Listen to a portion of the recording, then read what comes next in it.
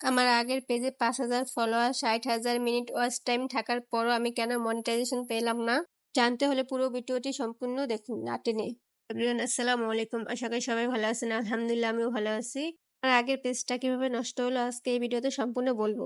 আমি আমার আগের পেজটাতে বিভিন্ন ধরনের মিউজিক অ্যাড করে ভিডিও ছাড়তাম, বিভিন্ন রকমের আনঅরিজিনাল কন্টেন্ট ভিডিও ছাড়তাম। এই কারণে আমার পেজে মনিটাইজেশন ইস্যু চলে আসে।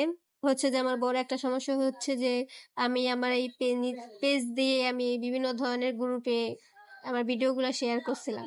এটাই হচ্ছে আমার মেন ভুল, কারণ আমি নিজের পেজ দিয়ে অন্য গ্রুপে ভিডিও শেয়ার করছিলাম। এই কারণে আমার অনেক সমস্যা হয়েছে।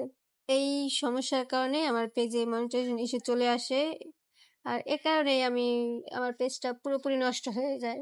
5,000 ফলোয়ার ছিল, 60,000 মিনিট ওয়াচ টাইম, আর কমপ্লিট হতে আর কিছু মিনিট বাকি ছিল, কিন্তু লাস্টে মনিটাইজেশন ইস্যু চলে আসে, আর ওইটার মধ্যে কোনো ভিডিওই আমি ছাড়ি নাই। আর এই পেজটার জন্য অনেক কষ্ট হচ্ছিল, কারণ অনেক কষ্ট করে পেজটাকে দাঁড় করাইছিলাম।